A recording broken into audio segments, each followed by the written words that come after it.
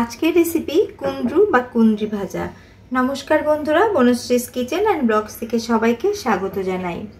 অনেকেই আছেন একদমই খেতে চায় না এই কুন্দ্রু। আপনারা যদি এইভাবে বানিয়ে দেন তাহলে কিন্তু একদম চেটেপুটে খেয়ে ফেলবে। আর রেসিপিটি খুবই সহজ, একদম কম উপকরণে তৈরি হয়ে যায়। আসুন তাহলে রেসিপিটি শুরু করা যাক। বন্ধুরা, এখানে 250 গ্রাম কুন্দ্রু বা কুন্দ্রি নিয়েছি, আমরা কুন্দ্রি বলি। আর কুন্দ্রুর এই দুই ধারটা কেটে নিয়েছি, কেটে 4 ফালা করে নিয়েছি। আর এইটা মানে এই রান্নার ক্ষেত্রে খুব কচি কচি কুন্দ্রি হলে কিন্তু খেতে খুব ভালো লাগবে। আর তারপরে খুব ভালো করে জল দিয়ে ধুয়ে নিয়েছি। রেসিপির জন্য আরও যা যা উপকরণ লাগবে তা আমি এখানে নিয়ে নিয়েছি।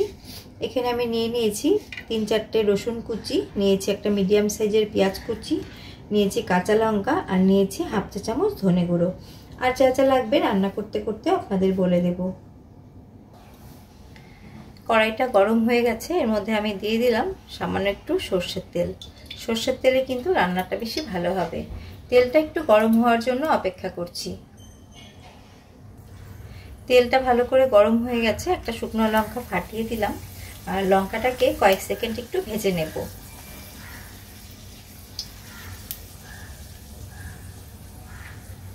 লঙ্কাটা একটু ভেজে নিয়েছি। এবার এর মধ্যে আমি দিয়ে দিচ্ছি 1/2 চামচের থেকে একটু কম 5 ফোড়ন। 5 ফোড়ন দিলে কিন্তু রেসিপির টেস্টটা খুব ভালো হবে। 5 ফোড়নটা হালকা করে ভাজা হয়ে গেছে। এবার এর মধ্যে আমি রসুন কুচি দিয়ে দিচ্ছি। রসুন কুচিটাকেও আমি 1 মিনিট মতো ভেজে নেব।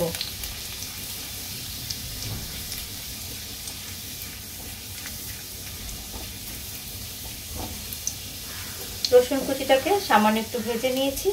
এবার এর মধ্যে আমি দিয়ে দিচ্ছি পেঁয়াজ কুচি। আগেই বলেছি একটা মিডিয়াম সাইজের পেঁয়াজ আমি কুচি করে নিয়েছিলাম। এবার পেঁয়াজটাকে আমি একটুখানি নরম হওয়া অবধি ভেজে নেব।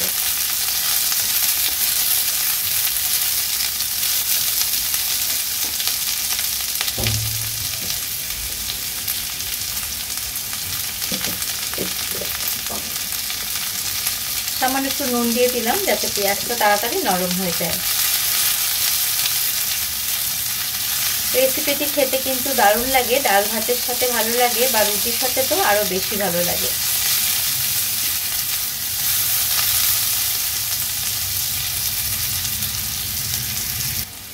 পেঁয়াজটা হালকা করে ভেজে নিয়েছি। পেঁয়াজটা এর মধ্যে বেশি ভাজার কোনো দরকার নেই, হালকা করে ভেজে নিলেই কিন্তু ভালো লাগবে।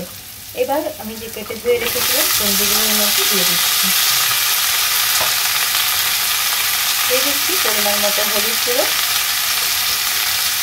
আর দিয়ে দিচ্ছি পরিমাণ মতো নুন। এবার সমস্তটা ভালো করে মিশিয়ে নেব।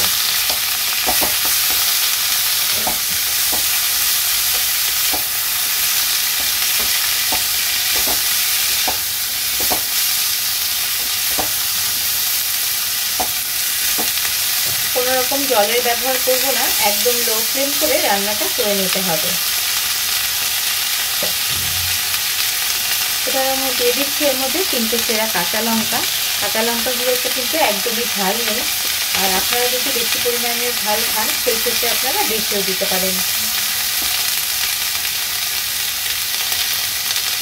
এবার গ্যাসের ফ্লেমটাকে লোতে করে আমি ঢাকা চাপা দিয়ে রান্না হতে রাখবো 4 থেকে 5 মিনিটের জন্য।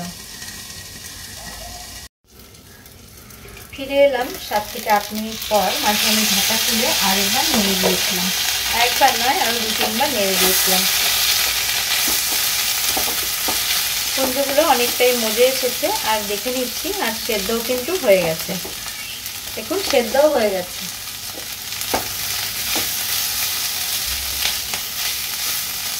এবার আমি এর মধ্যে দিয়ে দেবো কিছু মশলা। দিয়ে দিচ্ছি 1/2 চা চামচ ধনে গুঁড়ো, আর দিয়ে দিচ্ছি আমি এর মধ্যে কাশ্মীরি লাল লঙ্কার গুঁড়ো। খুব সামান্য একটু দিয়েছি, এতে কালারটা ভালো হবে আর কিছু নয়। এটা চাইলে আপনারা স্কিপও করতে পারেন। এবার সমস্তটা ভালো করে মিশিয়ে নিচ্ছি। মিশিয়ে নিয়ে আরও 1 থেকে 2 মিনিট এইভাবে লো ফ্লেমে আমি ঢাকা খোলা রেখেই আমি এটাকে ভেজে নেব।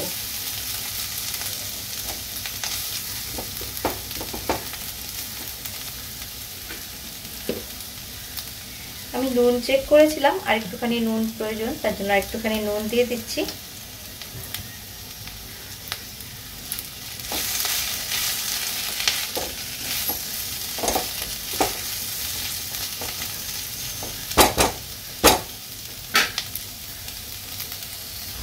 স্বাদের ব্যালেন্সের জন্য খুব সামান্য একটু চিনি দিয়ে দিচ্ছি। এটা পুরোপুরি অপশনাল, আপনারা যদি অপছন্দ করেন তাহলে কিন্তু এর মধ্যে এটা স্কিপ করতে পারেন।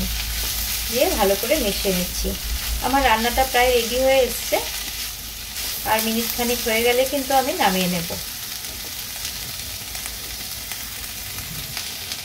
এবার আমি সবশেষে দিয়ে দিচ্ছি কিছুটা ধনেপাতা কুচি। ধনেপাতা থাকলে দেবেন, না থাকলে না দিলেও হবে, কিন্তু থাকলে দিলে কিন্তু ভালো লাগবে। রেডি হয়ে গেছে, এখন আমি এটা সার্ভ করে দেখাবো। গ্যাসের ফ্লেমটাকে এখন অফ করে দিলাম।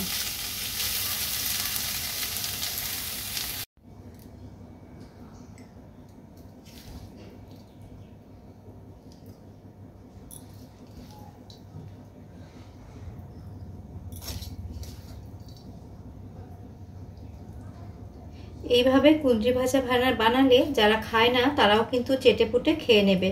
খুব টেস্টি হয় বন্ধুরা, তোমরাও একবার কিন্তু এইভাবে বানিয়ে দেখতে পারো, দেখবে যে সবাই খুব ভালোবেসে খাবে।